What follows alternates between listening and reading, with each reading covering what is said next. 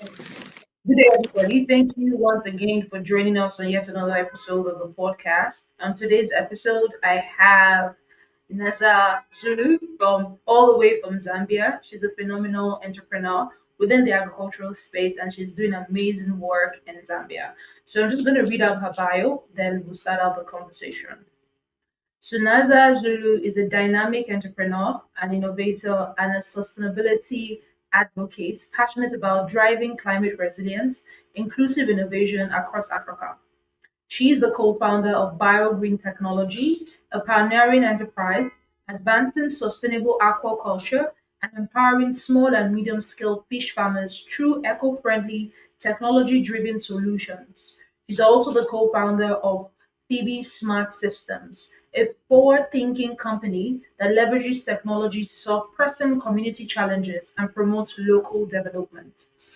Her visionary leadership and dedication to sustainability has earned her several recognition, including being the winner of the World Bank Youth Innovation Challenge, Start Upper of the Year by Total Energy, and a recipient of the Zambia Research and Development Center Award.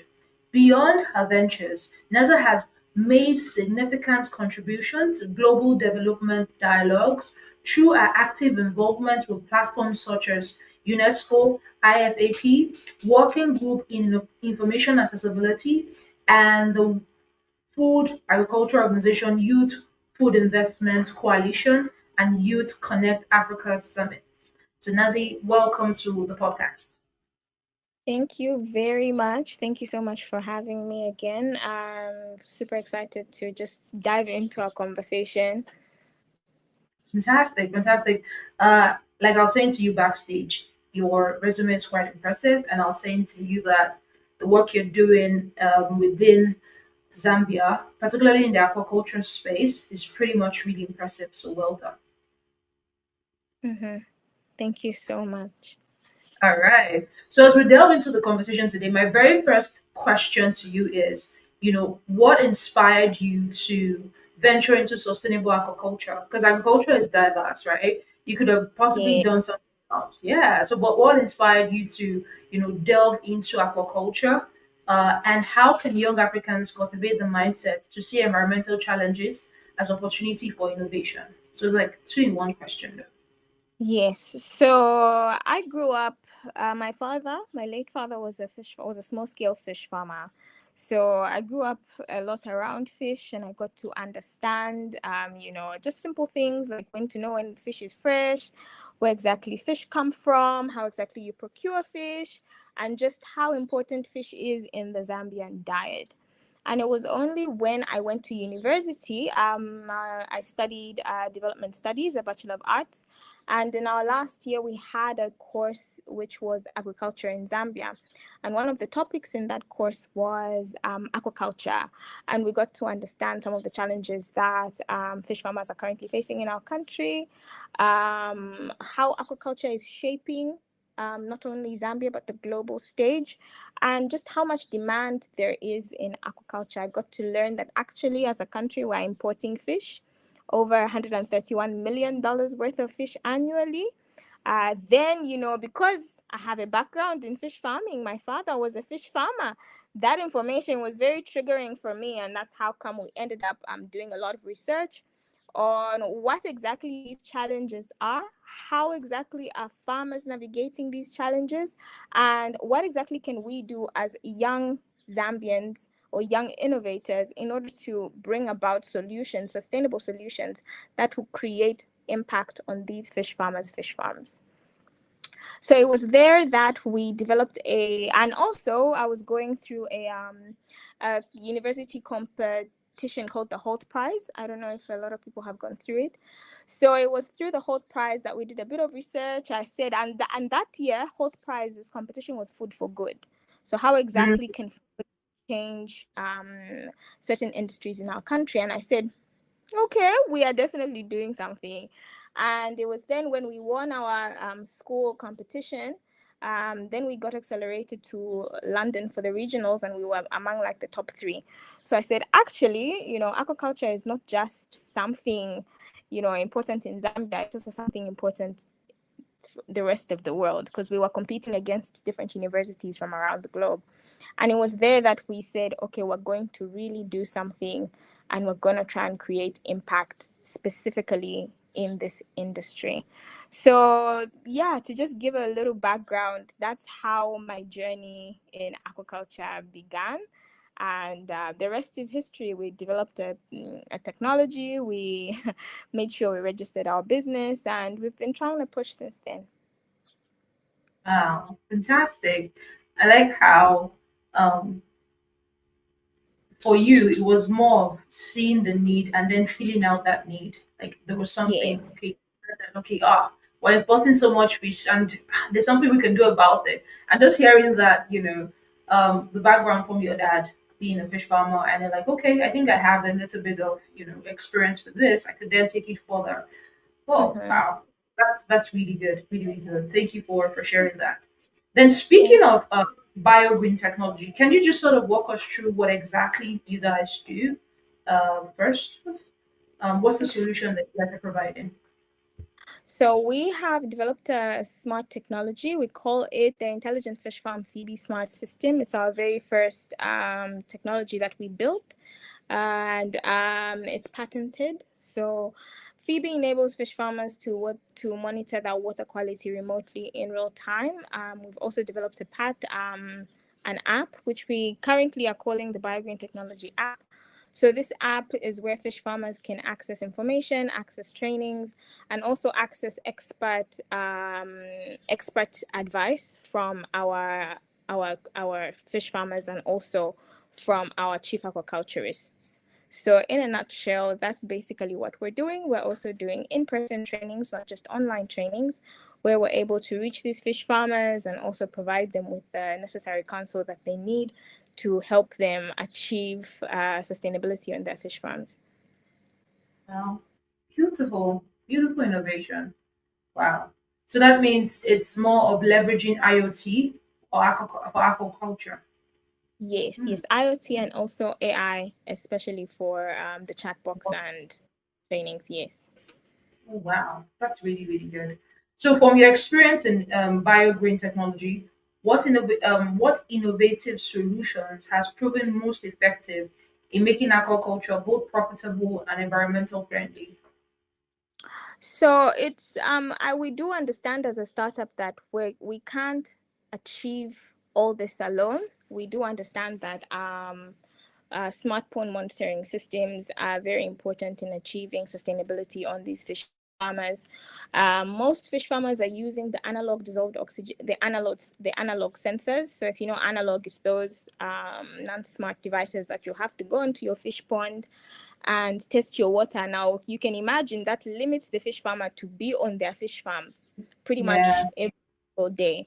So you can imagine if they have like a challenge and they have to travel all around, they're unable to necessarily make those changes, whether or not it's turn on the aerators. If they're traveling, they'll have to turn on their aerators 24/7, because water needs oxygen for the fish to survive. So that also now becomes a burden in terms of financially, because most aerators use energy in order for them to work. Mm. So through our smart water quality system, we're giving fish farmers that power for them to not only do what they can, but also not be sort of limited to being on their fish farm 24/7. Another innovation is locally produced and sustainable fish feed. We Yeah. have also planning to partner with fish feed suppliers and also manufacturers, because we understand that importing fish feed becomes very expensive for the fish farmer. They also have Mm. to incur those transportation costs from all around, or wherever they're importing from. If it's China or any part of Africa, they have to incur those expensive transportation costs, which in turn make their fish rearing more expensive than it's actually supposed to be. So we Yeah. have very few fish feed suppliers, and this is something that we've noticed that it cuts on a lot of challenges when these fish farmers have access to this fish feed timely, Yeah. efficiently, and also affordably.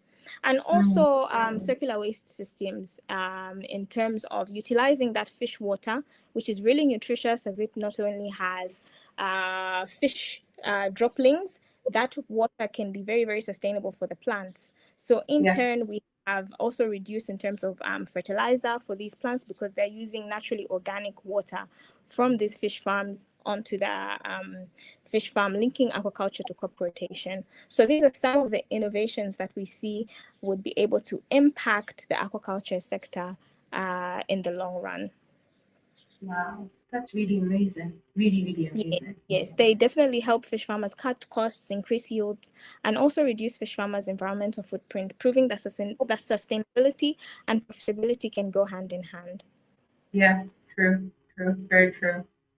So my next question is, how can, let's put it this way, how can we empower small and medium scale farmers, especially women and youth, to adopt sustainable technologies without making it financially burdensome for them?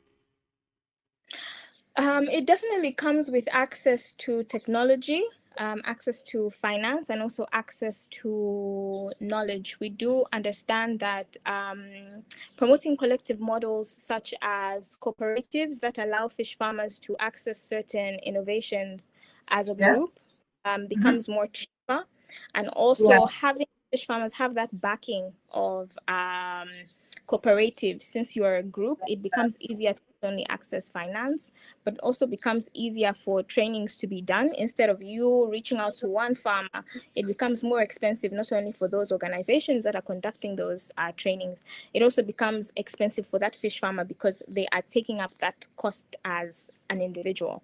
But if Yeah. you see fish farmers have access to more cooperatives and having that joint collaboration with different people in the same industry, it allows Yeah. them to not only access knowledge, finance, but also a technology cheaper.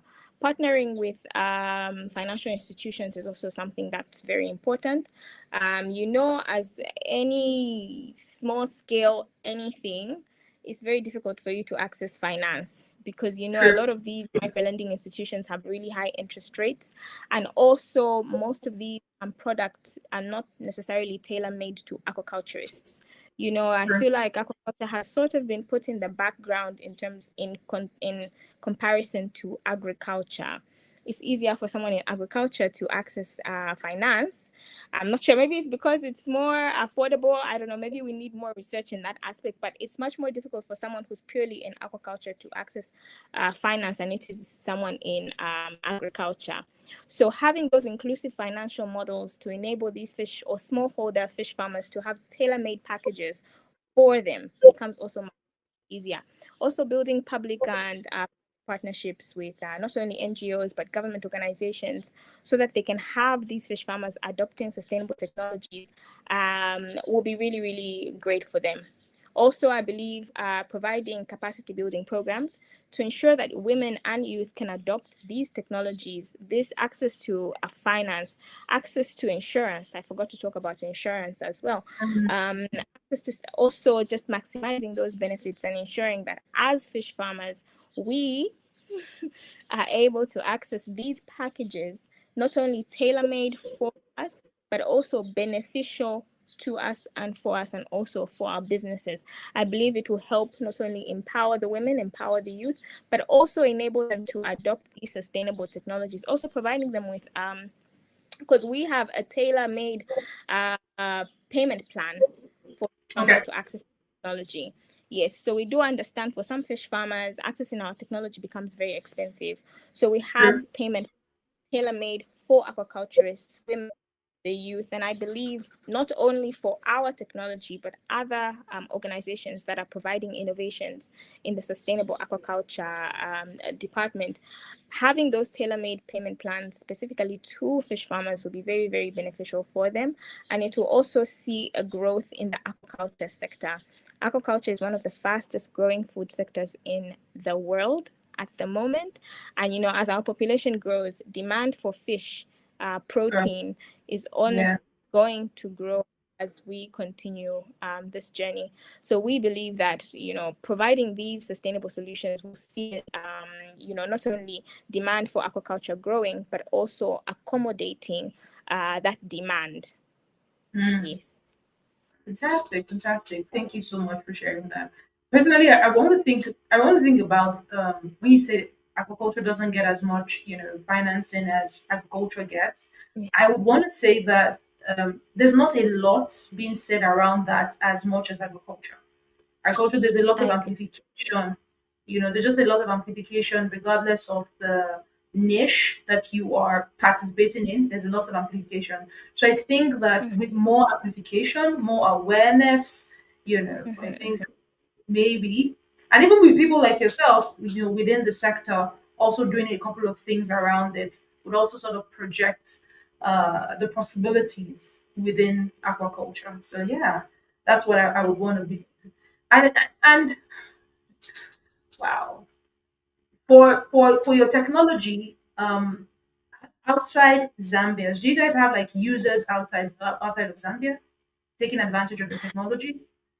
Not yet, but we are planning on partnering with a university in Zimbabwe to see how exactly we'll be able to pilot our innovation firstly in Zimbabwe, because we share so many water bodies with Zimbabwe. We share Victoria Falls with Zimbabwe. We share Oh, with Zimbabwe. So we believe that through that, because we have such a similar not only fish species, but also we have similar water bodies or the same water bodies, it'll be much, okay. much easier to pilot into Zimbabwe than any other country, and then we'll see how we can grow from there. But we've gotten a lot of demand, especially from West Yeah, Africa.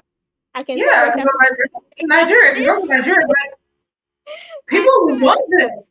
Yeah, Yes, and we've Nigeria. Yeah, gotten so much, especially from Ghana. Like I stated, like earlier, we were in Senegal for the African Food Systems Forum, and the yeah. amount of fish we had from there. I said, "Do you know in my country this is very expensive?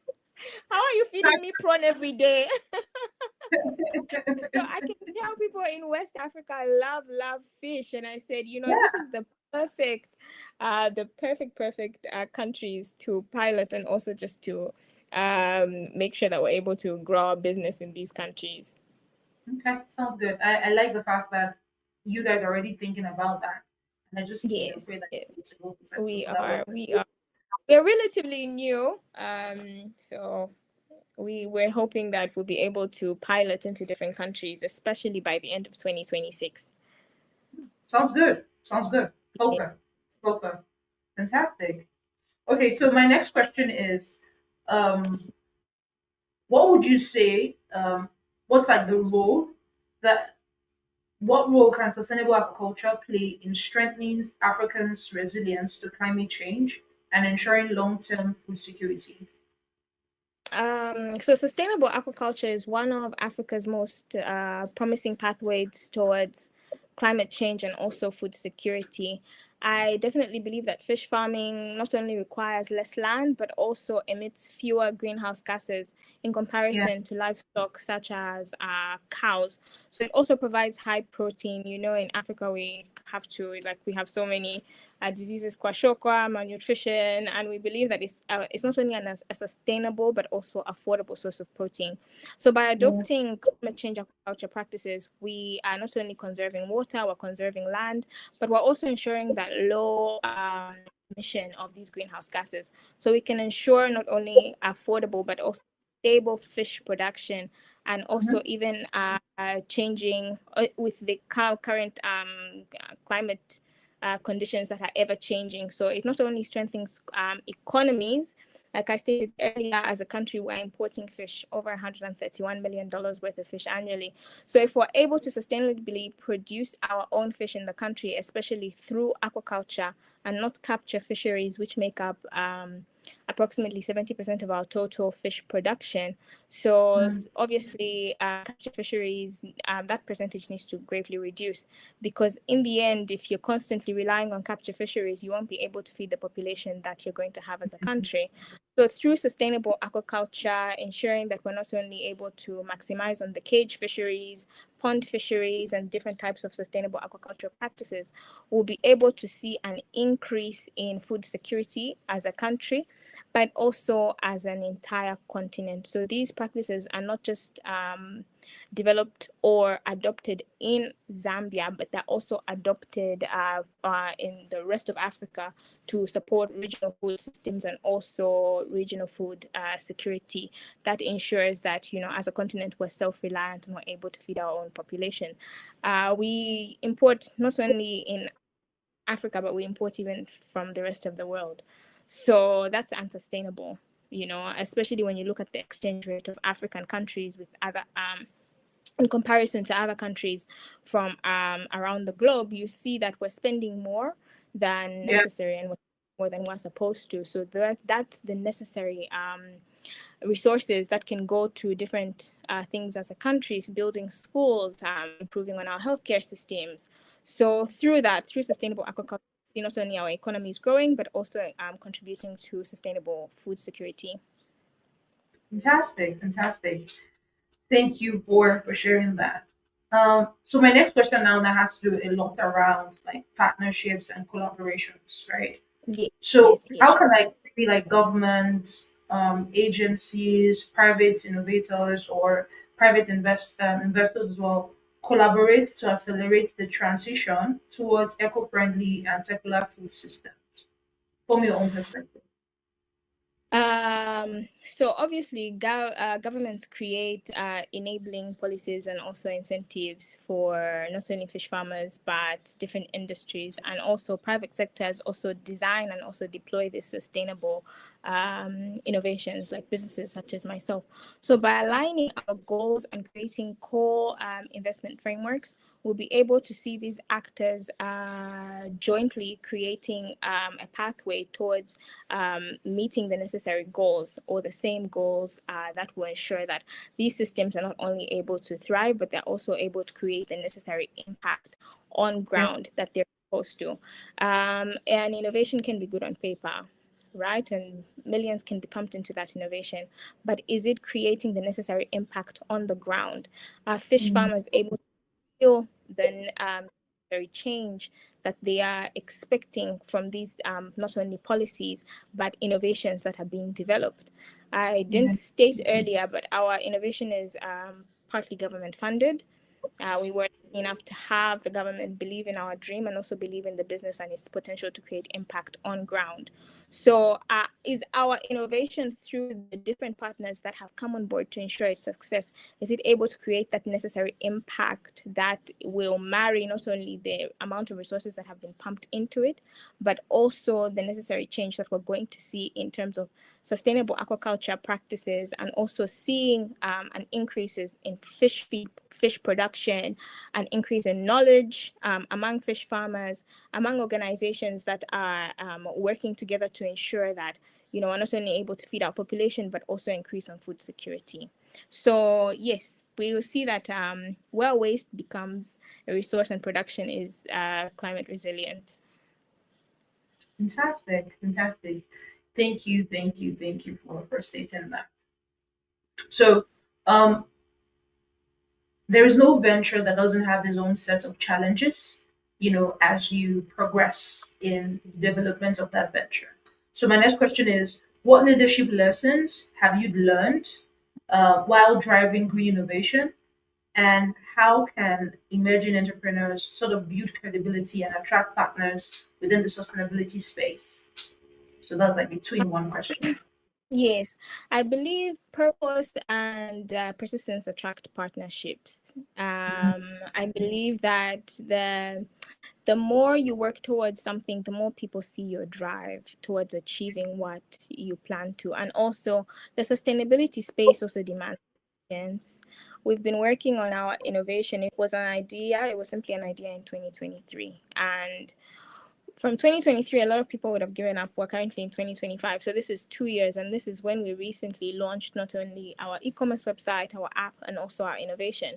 So it requires a lot of patience. Such solutions take time, not only to commercialize, but also they take time to see impact and also Yeah. to prove their impact. So as a leader, I feel like I believe that staying grounded and also ensuring that I know why exactly it is what I'm doing, and I know that I need to move forward even when challenges arise. I remember when I was watching Go Getters competition in 2024, one lady stated, "Do it scared."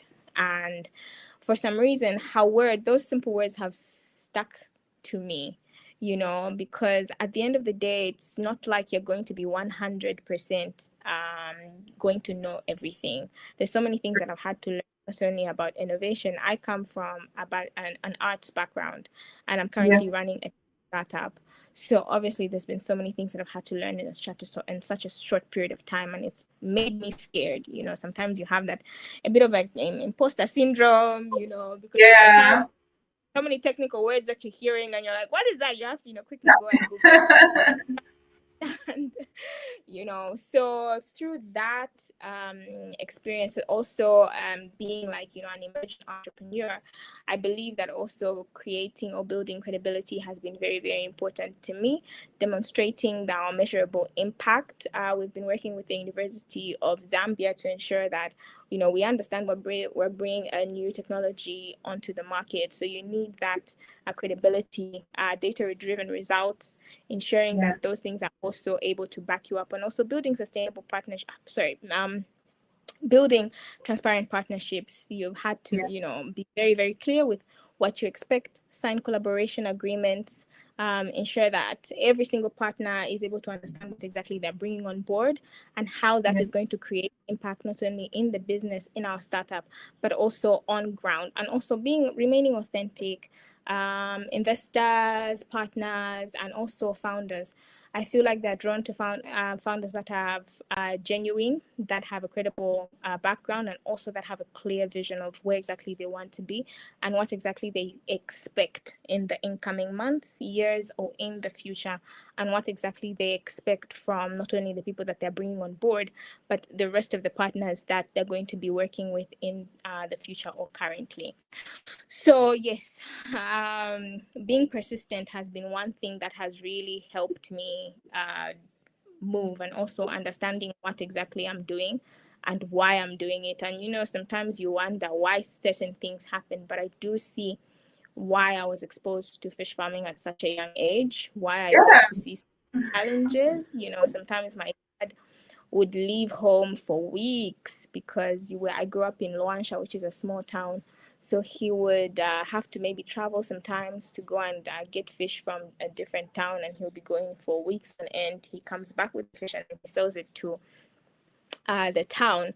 So through that sort of loss of time with my dad, I got to feel that, to say, okay, I don't want to I don't want a young girl to feel that pain of having your dad not being around you for such a long period of time, and maybe creating systems that are not only going to be able to have these fish farmers spend more time with their family, but also understand that fish farming or aquaculture in general is evolving, and there are certain challenges that you don't have to go through anymore. Beautiful. Thank you so much for sharing that. Like how you talk about persistence. I like how you talk about authenticity and credibility and integrity as well with the various partners that are involved within the project. Fantastic. So this will be like our final question for you today, which is Already. if you know what to go, you're having a nice time. You're having a nice time with us Yeah. today. Okay, Yeah. so okay. Now, okay, I'll make it two, but let me just ask this one first. Yeah. Uh, if every participant here, that's like our audience right now, we are to take one action after this session, what would you urge them to start doing today to build a more sustainable, food secure Africa? I would say start where you are. I attended a CSR event where I was hosting, and it was with women living with disabilities. And one thing that was echoed during the entire training and CSR event was, do start where you are. I stated again, and I'm going to say it again, do it scared. Do it with the most limited amount of knowledge that you have. But as long as it's speaking to you, it's definitely something that's going to create impact. Sustainability is not about scale, but it's about intention. It's about why you are doing something. Whether you're a farmer, a policymaker, a student, an entrepreneur, if you see an unsustainable practice in your field that has been drawn to you, you have to ensure that you're able to do something about it and replace it with a sustainable one. I'm Christian, so I believe that when God puts a word in you, there's a reason. That's your purpose. That's your drive. That Mm. is, that's the key to where exactly your life is supposed to be. So there's a reason why you're feeling so passionate about something. There's a reason why it's driving you to do something about it. So if we as a collective, not only as Zambia, but also as a continent, as Africa as a whole, if we collectively do our little small contributions in the departments where we feel important, it will be able to create massive impact, be able to see it on the ground. And when these efforts are multiplied in these communities, we will not only transform Africa as a whole, we will transform Africa's food systems, and we'll see that, we'll become more from being vulnerable to more resilient, ensuring that we're able to not only absorb the shock waves of the different challenges that are going to come. We have floods, we have droughts, we have Yeah. all these climatic conditions that obviously in the future there will become more. If we're able to, as a continent or as individuals, do the smallest little thing that you can, it will be able to create impact, even just in terms of our environment. You see something, plastic bags all around.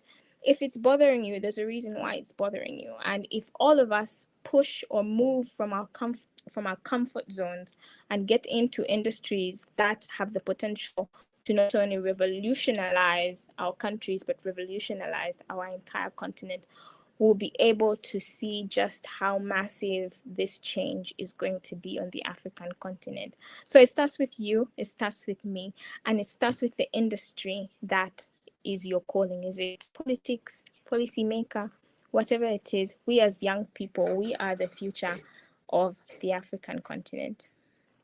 Fantastic. Thank you for sharing. I know I said that's the last question, but I'm just going to add this to it, which is one of the popular questions I like to ask my guests at the end of every session, which is for a young person listening to us right now. And okay, so let me put a backstory to it. So one of the Yes. reasons why I started this podcast because um I see that there's so much opportunity within agriculture as a means to economic empowerment. And so for me, I'm really keen about um, how do we go about our hunger challenge, like food insecurity, how do we go about that, ensuring that we're food secure? And also, how do we leverage on the potentials within agriculture to create employment? And so one of the things I also discover is that young people some from the part of Africa where I'm from, particularly Nigeria, right? There's so many young people that are even studying agriculture within universities. They don't want to have anything to do with agriculture. So you already see someone in their third year in the university studying Mhm. agriculture. They're planning to go, submit their CV at the bank, go somewhere else, do something else. And so in my mind, I'm like, okay, if this trend continues in another 10, maybe 5, 10 years, the effect will not be so great on us. So what can I do today to see that Mhm. that doesn't happen in another 5, 10 years? So I was like, okay, I have a background in agriculture. However, I currently work within the educational space, educational sector, higher education. And so I'm like, okay, what can I do? It's like, okay, I think if more people see young people that look like themselves, that are doing True. great stuff within this Yes. space, they can definitely believe that, okay, she looks like me, he looks like me, they are doing something Mhm. with themselves. I can do it too, just because I'm seeing someone that looks like me. And also, Yeah. I've realized that a lot of people doing so many tremendous work. There's Mhm. no, I would say, there are no consistent platforms that are amplifying the work that they're doing. Personally, these people are really busy doing the work, but some of them are not really putting out this work that they are What doing on their own funds, I right? agree. Yes. Yes. Yes. So True. I'm like, Yeah. I was like, yeah, there's so many people do so many amazing things, and it's not because Yeah. they don't want to. they're so engrossed in the work that Exactly. that's Exactly. I find okay. myself I find myself struggling the same. Everyone's always asking me, like, your LinkedIn. It's only recently that I understood the power of social media, and not Yeah, only for yourself, but how exactly you can use social media to drive change and also impact other young people's lives. So a lot of people would be like, is your business still working? It's like, yeah, I'm currently working on it right now. It's like, no, you don't post on your social media. And I'm like, I really don't even have that time to try and, like, create a post. But I do agree with you. It's very, very important for young people who are creating or shifting a narrative and creating change in their communities to ensure that they're able to post about it and inform not only other people, but the rest, or even just for themselves. I feel like, looking back 10-15 years from now, it will be very important for me to have that work, look back on my LinkedIn, on my social media, and see just how far you've come, or how far yeah. I've come, and how much impact I've created. So yes, more youths, especially in agriculture, barely have the time to have that information or what they're You doing don't. posted on. And Yeah. so my mind in my mind, I'm like, okay, I think my starting point would be highlighting the stories. So let's start out with that. I started out with writing. I still do write about. I still do write about stuff. But I'm like, okay, I think I want to highlight the stories and just have people come on, just share, and just have people have access to it. And then I was like, okay. I then began to just really engage with so many people from across the continent. I have a privilege to have, I think you're my 55th episode. Wow, congratulations. Yeah, This is 55th episode amazing. so far. Last month we had our first virtual summit. I had people sign up from 7 African countries across 40 institutions, and it Amazing. was just like really good. And so within the summit, I launched my very first agricultural book. So it's called Agriculture Beyond Farming, just helping Thank you. young. Where do I buy it? Oh, okay. Agriculture, Okay. please. So it's just a compendium of helping young people see that there's so much beyond just rearing of animals and cultivation of crops within agriculture right now. And so Yeah. regardless of like your interest, your competences, agriculture needs it. And like and I say to people, okay, I'm not farming, but I'm doing media within agriculture.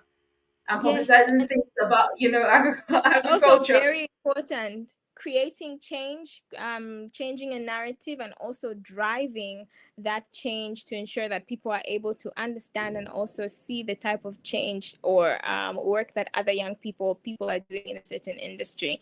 So it's also your work that is allowing people like me's voices and businesses to be amplified. It's Yeah. through social media that I've gotten so many partnerships, so many people are coming on board and trying to just see how exactly we can collaborate and work together. And I know even after this podcast, I know there's gonna be so many Oh, people definitely. sending emails. Definitely. Yes, so thank you Definitely. so much for So you. now I'll give you the backstory. So now my question. So my Yeah. question is for that young person that's listening to us or that would listen to the replay of this, and Yes. they are contemplating whether or not they should stay true to the path, particularly for people that are studying agriculture in universities, right? I'm very keen Mm-hmm. about that. But I've also met people just like yourself that don't have agricultural background and just find themselves there and are doing tremendously well, right? I've also met people that have the agricultural background in terms of like what they studied in their first or second degree and just still doing stuff, Mm-hmm. right? So for that young person, um, they've had a lot of conversations around the possibilities within it, and they're just sort of contemplating. They're just on the fence. Is this really for me? Can I really do something? So what's like your admonition to that kind of person? Like I stated, there's a reason why you have that drive, why you have that calling. There's a reason why something is speaking to you, and what exactly and why exactly you need to do something. I can give an example of myself. When I went to university, I wanted to study law. But Oh when I look wow. back, yes, and when I look back, I realized I was going to be a very bad lawyer because I hate reading long texts. I honestly, it's not for me. So I know that, when I look back, I said, what was I thinking? This is where I wanted to be. So everything that happens to you happens for you. And Mm, you need, as a young person, you need to find peace with that. And you mm, need to understand that all things that happen to you happen for the good of you. I'm Christian, like mm, I stated, so all things that happen to you happen for the good of those that serve the Lord. So yeah. there's a really good reason why you have that drive and why you have that calling. And certain things that happen, even if challenges arise, they're meant to shape you, meant to make you stronger, meant to make you resilient, and Mm-hmm. meant to see that, when you look back, you understand that that is why I went through that challenge or that storm. Yeah. It was to help me navigate this specific period in my life to make me better. Our Mm, entire journey hasn't been the best. But mm, when I look back out of everything that happened, me not doing so well in law school, me moving into development studies, not even understanding what exactly I'm doing at the beginning, I look back and I realize that everything that happened through that journey has mhm. brought me to right here and right now. And it's brought Yeah. me to create this impact that I'm able to create right now. And when I tell you, when you walk through that period, you'll be shocked just how easy things come, especially when you're working in your purpose. You will Yeah. understand how things come to you eventually. And I'm not saying you won't go through challenges, you will. But Yeah. in the end, even as those challenges arise, you will see that light at the end of that tunnel. So, Mm-hmm. as young people, especially us in our 20s, and for those who are also in their 30s, most of the things that will happen to you are meant to shape you and are meant Yeah. to direct you on the path that you're supposed to be walking in. Yeah. So, a lot of young people, there's so many suicidal cases, especially in my country, where when Mm-hmm. one young person has, like, something challenging or something, moves them into a different path that they weren't expecting. Young people are very ambitious when you're young. Maybe you want to be a doctor, and for some reason, something happens and you're not able to study that medicine that you wanted to. A lot of people give up at such a young age. And it's sad to see that, a lot of people don't realize their potential, and they end that's like a wasted pathway. So Yeah. whatever happens to you, and I want from this entire interview that anyone who will be able to read, to watch, is all things that happen to you happen for you. And there's a reason why you're going through that storm. There's a reason why you're going through that challenge. And there's something that you need to learn that will make you stronger. And even if, you don't learn something, maybe it's something that you need to teach someone, teach your child, Yeah. teach someone close to you, that will be able to create that impact in their life or even in your life. So believe in yourself, work towards it, read as much as you can. I'm going back for my master's, and it's definitely in agriculture. And I'm very, very grateful.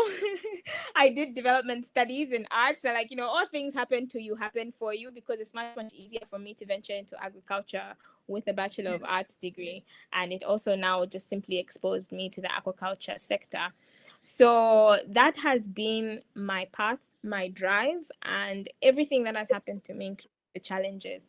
I'm entirely grateful to this journey of mine. So I believe, even as other young people, we will be so grateful for our journey. And I'm sure even for you, a lot of things have happened that have brought you to where you are. Yeah. Definitely. Definitely. Yeah. Wow. That was so thoughtful and so precise and spot on. Thank you so much for sharing that. And so, guys, you've heard it all from Niza Zulu today. And I believe and I hope that her story inspires you to take action on that thing you've been procrastinating on, or you're just scared. I think if there's one thing that she has said today that should stick with everyone, is just do it afraid. You might Mm-hmm. not know how it's just all going to pan out, but just start out and then, start from where you are. And as you go, you sort of figure it out, right? I want to believe that when you guys started out Biogreen technology, you didn't foresee some of the things that you guys now do right now. It was just like one thing first. Then as you Yeah. proceeded, okay, there's a need for this. Oh, there's a need for this. There's a Yes. need for this. It just keeps Yes. unraveling itself. And so, our dear Yes. listeners, I think the same as well. When you start out doing that thing that's in your heart, like she said, you just have the opportunity to make changes, iterate, and then see how you could definitely make the idea bigger and grander. So thank you Yeah. so much, Neze, for being with us today. It's just been a delight just having you share with us today from your wealth of knowledge and expertise. We are immensely grateful to have you today on the podcast. And thank you so much for having me, for creating this platform, and also for taking the time to learn something and also just understand what exactly we're doing in Zambia in the aquaculture sector. So thank you so much. Fantastic. You're welcome. You're welcome. You're welcome. Thank you, viewers, for tuning in.